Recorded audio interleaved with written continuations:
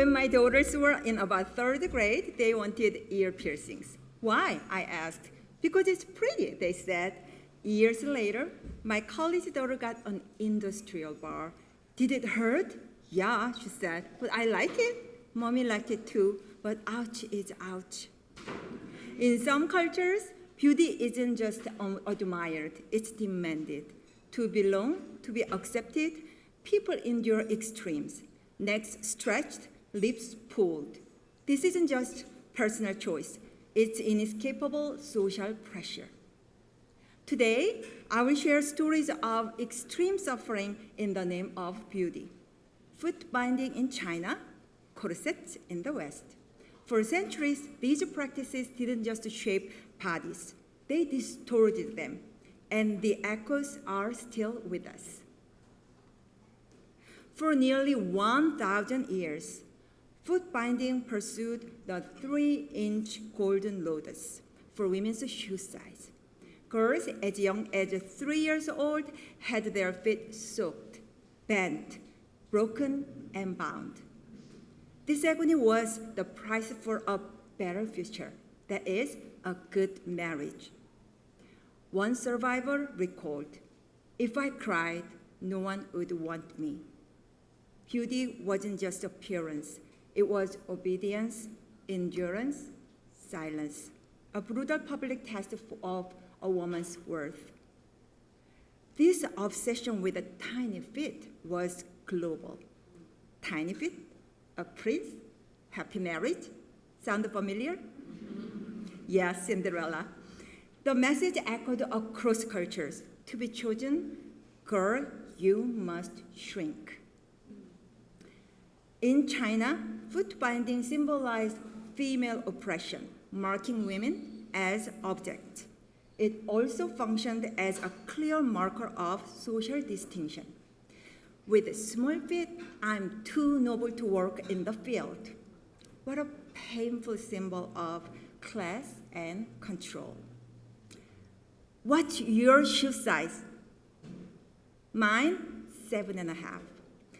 Ladies, our barbarian feet would be a family crisis centuries ago. The Western counterpart to this control, here comes the corset.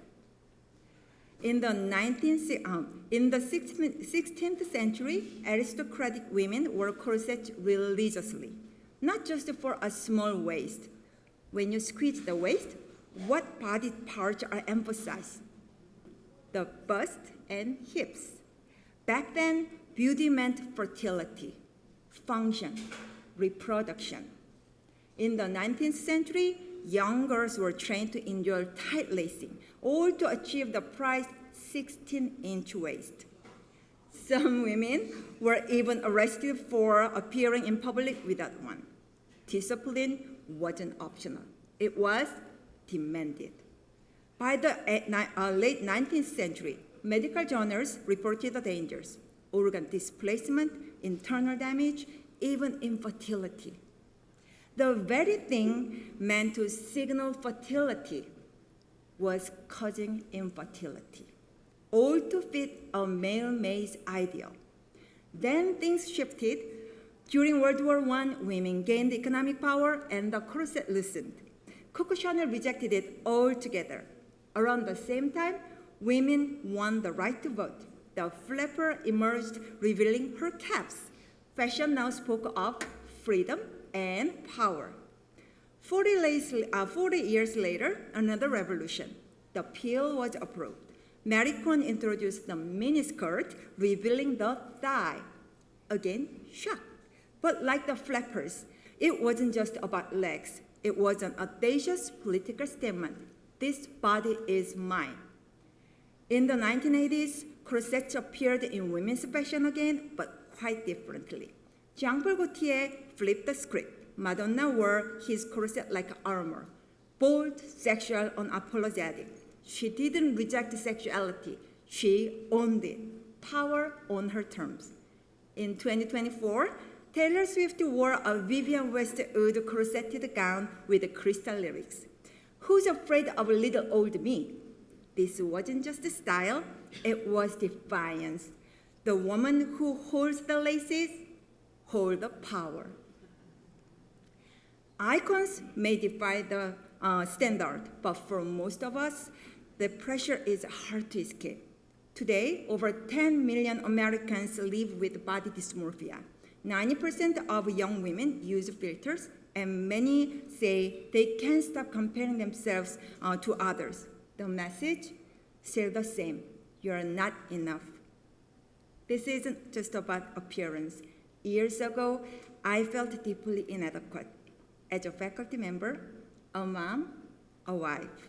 Whether from others or my own voice, the message echoed, not good enough, not published enough, not right enough. I was shrinking. Then one day, I looked at my tiny bookbinding shoes on my shelf, and in that stillness, a question hit me. Heejin Lim, what are you bound to? In that moment, something clicked, like those crushed feet. My spirit was folded, bruised, and hidden. I was performing, not living. I was pleasing, not thriving. I was bound by an invisible corset of someone else's rules. So I gave myself permission to rise, to reclaim the passion, strength, and joy that only I could see. Say this with me. I'm enough. I'm enough. Say this to your neighbor. You are enough. You are enough. Everyone?